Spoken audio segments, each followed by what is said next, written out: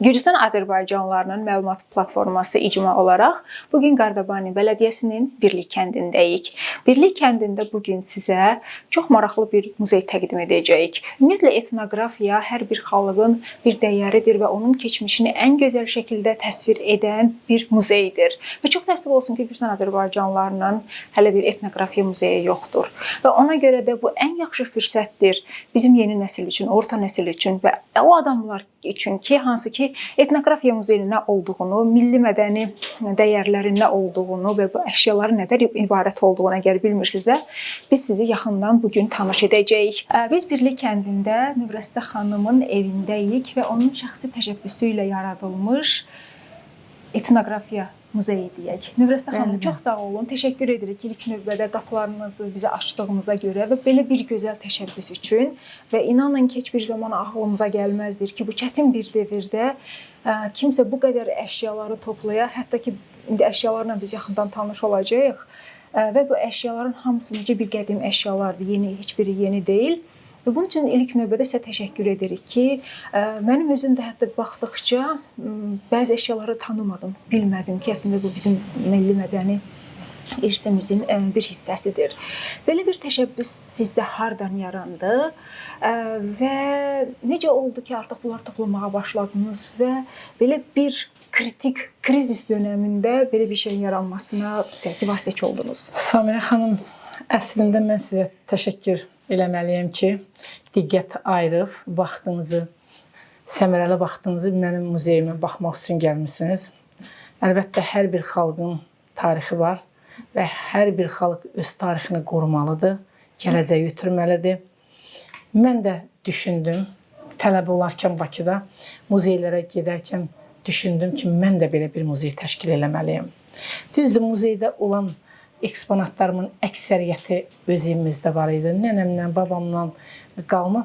Bəzilərini də topladım və belə gözəl bir muzey yaratdım.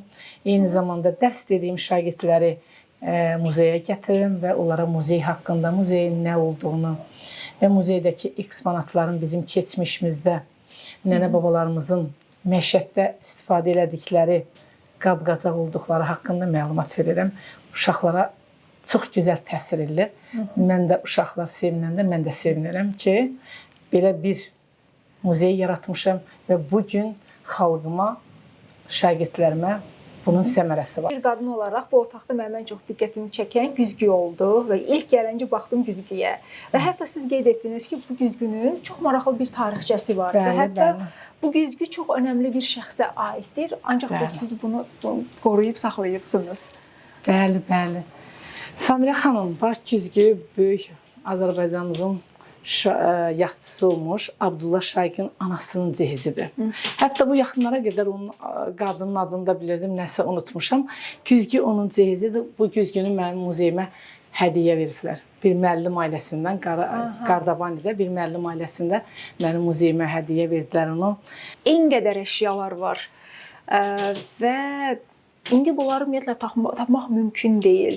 Biz burada baxırıq, nə qədər əşyaları var, qədim qablar, ütülər. Mənim bu yadımdadır. Nənəmin vardı bundan. Ancaq biz ümumiyyətlə fikirləşirdik ki, evdə köhnə şeylər yaxşı bir şey deyil. Və deyirdik ki, bunların hamısını atmaq lazımdır, ayıbdır, köhnədir, bizə yaxşı baxmazlar. Samirə xanım, mən də vaxtilə elə düşünmüşəm, artıq mənim üçün bunun bugün qiyməti yoxdur. Mən o qədər bunları, artıq elə bir mən bunlardan danışıram. O qədər bunları sevirəm. Bilirsin necə, uşaqlıqdan əgər ki, bizə izah eləyirlərsə, əgər mədəniyyətimizi, kimliyimizi tanıya biliriksə də və bizim üçün onu qorumaq daha da belə də ki, aydın olur. Və burada çoxlu sayda qablar var. Mənim babamın, atamın atasının xəncəridir. Bəli, gümüşdür. Bəli, gümüşdəndir bu xəncər. Mən də bunu çox həvəsdən qoruyub saxlayıram. Bu sənəklərin balaca formasıdır. Bəli, bəli, orada. Böyük sənəklərin balaca forması. Bunlar onun balaca formalarıdır. Bayaq buna baxırdım, deyirdim ki, görəsən bu kimin toy gecəsindən qalıb. Çünki bizdə o vaxtlar işıqlar olmayıb. Belə qalıb ki, adətən hər gəlinin lampası olardı və o lampa evdə həmişə qalardı. Çox ağırdı, çox dəyərli Bir neçə burada sənəklər var. Misdəndilər. Sıra bayaq biz çay üçün dedik, yadındadırmı? Bəli. Bunlar gümüşdəndilər. Bunlar gümüşdəndilər. Bəli, gümüşdəndilər. Bəs bu qıfıl hardan gəlib? Sizin özünüzün istifadə etdiyiniz qıfıldır? Bəli, bu da qədimdən evimizdə idi. Evimizdə qalıb. 1819-cu ilin. Bəli. Artıq nə qədər uzun bir müddət, 3 əsr demək olar ki, bu qıfılın yaşı var. Hətta çox yaxşı bir vəziyyətdə saxlanılır. Bəli. Yəni üstündə bunun bu işarəsi yazsa olmasa biraz inanmağa çətinlik çəkərdim ki, bir əşya bu qədər necə bir əşya bu qədər necə belə bir vəziyyətdə qorunub saxlanıla istifadə eləmək olar bundan. Sovet dövründə biz bundan bu radioda qulaq verilişinə qulaq asardıq və sizə axşamüstü saat 8-də səbirsizliklə gözlərdik ki, qulaq verilişi başlasın və biz ona... Bu xalçalar təzədir, yoxsa bunlar da? Yox, bu çalçaların da yarım əsrdən artıq olar ki, yaşları var. Papağı yağışdan. Sonra bu da ki, çombaqları. Həm qoyunu qaytarmaq üçün, həm də qoyunu tutmaq üçün, bax, bu hissəsinə qoyunun ayağını keçirərdilər və beləliklə, bəli, ona qoyunu tutardılar. Mən kənd mühitində böyüdüyümə görə bir şey görəndə yadıma gəlir. Hər bir şey bir tarixdir. Yəni ona baxanda adam keçmiş tarixi xatırlayır. Bundan da yəqin geyinmişsən ondan da. Biz çünki o vaxtlar Gör arxındanam, hamı bilir əslimi. Yağılca dağına gedəndə həmişə görərdim ki, çobanlar dururlar belə. Yadımda qalıb o surət. Elə onlara arxaydı. Belə dururdular ki. Ona görə deyirlər, yumru qayalar yastığıdır çobanın. Yanındakı boz köpək yoldaşıdır çobanın. Bunlar isə biz uşaq olanda o vaxtda nə qaz var idi, nə elektrik var idi. Bunun üzərində səhər tezdən nənəm qalxan kimi ilk növbədə xörək asardı ki, günortaya gəlib satsın. İçinə neft tökərdilər. Bizdə o vaxtda nöğüt deyirdi. Bəli. Bax, bunun hər ikisi xörək pişirmək üçün əşyadır. Burada ipi əyirmək üçün belə bir şey var. Sizdə öz evinizdə əyrilirdi. Nənəm əyrilmiş, bəli. Hətta mən nənəmin daha gözəli var imiş bundan. Bacımın dediyinə görə mən uşaq olanda onu aparıb atmışam. Sonra biləndə gediblər həmən yerə baxırlar, görüblər yoxdur. Çox gözəl imiş, çox naxışlardan zaddan. Samovarların nə qədər yaşı var? Onların da yaşı çoxdur. Bax, bunu dəqiq bilirəm ki, buna 150 il deyirlər. Bəli. Bunlar da yəqin ki, 150 olmasa da bir 100 olar. Bunlar paxlava siniləridir, yoxsa bunda nə edirdilər? Qədimdə bunlardan istifadə edirlər. Yəni, yoxsa plov nimçə deyirlərmiş onlar o vaxtda. Nimçə. Bəli. Bu necə gözəl bir əşyadır. Mənim anamın gümüş kəməridir bu Samirə xanım. İçində də var 1884-cü ildir. 1884-cü ildir. O vaxt onların çox qəşəng bir donları olurdu.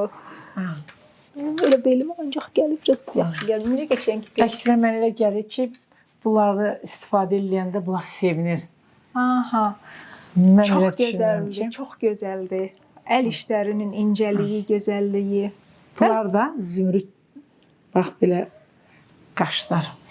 Əlbəttə ki, biz çox az gördük ki, o vaxtlar ümumiyyətlə necə bir formada gəzirdi bizim nənələrimiz.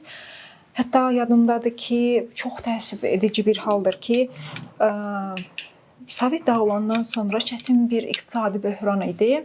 Və hər evdə demək olar ki, bundan var idi, nənələrin var idi. Heç olmasa da onların bahalı bir paltarları var idi, gümüşləri var idi. Evdə müəyyən bir qədim əşyalar vardı. Və yadımda deyirdilər ki, hansısa da ölkədən kimlərsə gəlir və bunları çox baha şəkildə toplayır. Bəli, Türkiyədən. Bəli, nə qədər adamlar eşidirdi ki, o vaxtlar $100 eşitmək fikirləşirdi ki, çox böyük bir məbləğdir. $100 bunu satırdılar. Yəni $100 insanlar bəlkə də 5-6 ay yaşayırdılar həmin vaxtlarda. Yəni mənə də dedilər, mən heç nəyə razılaşmadım. Dedim, mən hər şeyi olduğu kimi saxlayıb gələcəyə ötürməliyim. Bəli, çox təəssüf olsun ki, o vaxt onların hamısını yox elədilər. Bəs o köhnədir, yoxsa təzədir? Bunları mı deyirsən? Bu da buna qılınc deyilir. Yəni o xəncərdir. Buna da qılınc, bu böyük şeylər. Buna mən zərər vermədən siz yerinə yerləşdirin. Baş üstə. Burada xurcun var. Bəli, bəli. Dağa gedəndə nənəm bunu lətvəsi uzaq olsun, uzun qulağın belinə sərərdi və hər iki tərəfində bulaqdan su gətirərdi. Dumduru bulaq suyu. Bunların ən az bir 100 yaşı olar. Onlar hələ artıqdır. Bəlkə də daha çox olar. Bəli. Çünki bunu o vaxtlar o şəkildə möhkəm və gözəl düzəldirdilər ki, yandırsan da yanmırdı. Uzun müddət davamlı şəkildə gedirdi. Bax, belə gözəl bir şeylər belə də var ki, yəni onu kimi, bax, dağda dəyələri yaşamaq üçün dəyə qurulurdu. Onlara bəzək vurmaq üçün, bax, belə gözəl rəngli iplərdən hörülmüş. Yəni, kimin dəyəsində belə cürbəcür rəngli sarğılar olardı, o dəyə daha gözəl hesab olunurdu. Həmişə deyərlər ki, kimsə bir qəşəng dəyəsi var. Yəni, bax, bu da elədir. Həmin cür bu da belədir. Yəni, bunlara dəyələrin sarğısı deyilir. Yəni, belə üstündən, yava içindən bağlayırdılar ki, və belə gözəl düşsün. Bunlar düzəldiblər əllə. Bunu mənə şair Saadət Buta verib. O özümüzün davamını şair Saadət Buta verib. Toxunub. Özü də adı da var, səhv eləmirəmsə. Saadət Buta. Saadət Buta qeyd olunub adı da, bəli.